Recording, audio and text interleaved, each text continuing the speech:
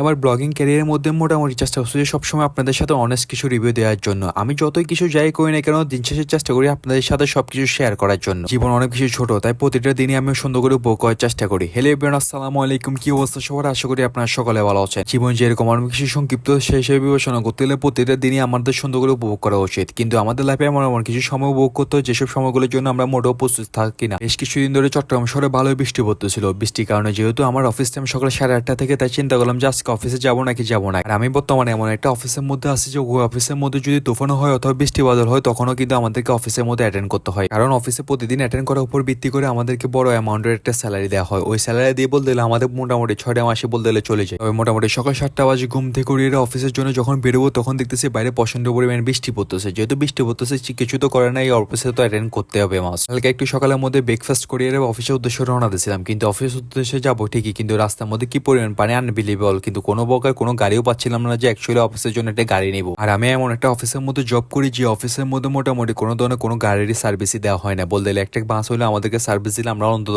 রিল্যাক্সে একটু অফিসে যাই জয়েন করতে পারতাম। কোনো না কোনোভাবে একটা গাড়ি ম্যানেজ করলাম, এবার সুন্দর করে গাড়িতে উঠে গেলাম। কিন্তু গাড়িতে ওঠার পরে যে একটু পরে আমার সাথে এমন একটা ঘটনা ঘটে যাবে আনবিলিভেবল। আমি মোটামুটি সবসময় চেষ্টা করি যে গাড়ির ভিতরে বসার জন্য, কিন্তু ওই দিন গাড়ির ভিতরে কোনো প্রকার কোনো জায়গায় ছিল না। বলতে গেলে গাড়ি পাইতে আমার অনেক বেশি কষ্ট গেছে। তার মধ্যে গ্যাসের সংকট থাকার কারণে বলতে মোটামুটি গাড়ি বলতে খুব কমই পাওয়া যাচ্ছে। এমনি তো আমার অফিসে যাইতে লেট হয়ে যাচ্ছে, তার মধ্যে যদি আরো লেট করি তাহলে কিন্তু অফিসের যে অ্যাটেন্ডেন্সটা আছে ওইটা পাবো না বলতে। তাই চিন্তা করলাম যে এত দেরি না করি আমি সুন্দর করে গাড়ির সামনে বসে গেলাম ড্রাইভারের সাথে বসে যাওয়ার পর চিন্তা করতেছিলাম যে বাইরে কি পরিমাণ বৃষ্টি পড়তেছে। কিন্তু আমি যখন গাড়ির সামনে বসছিলাম তখন কোনো প্রকার কোনো বৃষ্টি হয় না। ঠিক যখনই গাড়ি ছাড়িয়ে দিছে তখনই আমার লাইফে এরকম বৃষ্টির মতো তুফান চলে আসছে। কি আর করা, সকাল 8:30 থেকে অলমোস্ট 1টা পর্যন্ত ক্লাস করার পরে যখন অফিস থেকে বেরোলাম, অফিস থেকে বেরোর পর দেখতেছি যে মামাটা এখানে একটা জালমুড়ি বিক্রি করতেছে। বাইরে ওদের যেহেতু ঠান্ডা ছিল, তাই চিন্তা করলাম যে ওনার থেকে একটা জালমুড়ি ট্রাই করি। মামাকে বললাম যে আমাদের জন্য স্পেশাল করে একটা জালমুড়ি বানিয়ে দেওয়ার জন্য। আপনাদের মধ্যে কারা কারা আমার অফিসের কলিগ আছেন অথবা আমার জুনিয়র সিনিয়র কারা কারা ওনার এই জালমুড়িগুলো ট্রাই করছেন, মাস্ট কমেন্টে জানাবেন আপনাদের কাছে ওনার জালমুড়ি টেস্ট কেমন লাগছে। আপনারা ওনার থেকে 10 টাকা থেকে শুরু করে 20 টাকা, 30 টাকা, 40 টাকা, 50 টাকা, 60 টাকা, 100 টাকা, যত টাকা ইচ্ছা তত টাকার আপনারা এখান থেকে জালমুড়ি ট্রাই করতে পারবেন। ওনার জালমুড়ি বানানোটা আমার কাছে অনেক বেশি সুন্দর লাগে। তাছাড়া ওনার জালমুড়ি কিন্তু অনেক বেশি সুস্বাদু হয়। আপনারা চাইলে ওনার জালমুড়িটা ট্রাই করে দেখতে পারেন। আসলে করে আপনাদের কাছে লস হবে না ওনার জালমুড়ি ট্রাই করলে। দুদিনের মতো আজকে বলতে গেলে মোটামুটি আমি অফিসে যাওয়ার জন্য বেরিয়েছিলাম। বের হওয়ার পরে দেখতেছিলাম যে রাস্তার মধ্যে 11 পরিমাণ পানি। এই 11 পরিমাণের পানির মধ্যে যে অফিসে যাচ্ছে, এটা হচ্ছে আমার লাইফের সব থেকে বড় স্ট্রাগল। ঠিক এমন একটা ওয়েদারের মধ্যে, এমন একটা বৃষ্টির মধ্যে যখন অফিসে যাওয়ার সময় আমার সাথে একটা কাহিনী হয়েছিল। ওই কাহিনীটা আমি আপনাদের সাথে এর আগের কিছু একটা ব্লগের মধ্যে শেয়ার করছিলাম। আশা করি আপনারা বুঝতে পারছেন কাহিনীটা কি নিয়েছিল। প্রায় 2 ডেজ অফিসের মধ্যে জার্নি করার পরে সন্ধ্যার দিকে একটু গেছিলাম হচ্ছে আমাদের হালিশহর বরপুরের মধ্যে দা পিজ্জা খাওয়াতে যাওয়ার রিজন হচ্ছিল মূলত পিজ্জা খাওয়ার জন্য। কিন্তু এখানে যাওয়ার পর দেখতেছিলাম যে বাচ্চাদের এত পরিমাণ ক্রাউড, আমার কাছে বলতে মোটামুটি বিরক্তই লাগতেছিল। আমি মোটামুটি চট্টগ্রাম শহরে দা পিজ্জা তো অনেকবার ভিজিট করছি, কিন্তু তাদের পিজ্জাগুলো মোটামুটি আমার কাছে অ্যাভারেজই মনে হয়। তাই চিন্তা করলাম যে আজকে এখান থেকে একটা পিজ্জা ট্রাই করলাম। পিজ্জাটা মোটামুটি আমার কাছে অ্যাভারেজই লাগছে। আপনার চাইলে তাদের এখান থেকে অন্য আদার ফুডগুলো ট্রাই করে দেখতে পারেন। Thank you so much. আজকে ভিডিও নেক্সট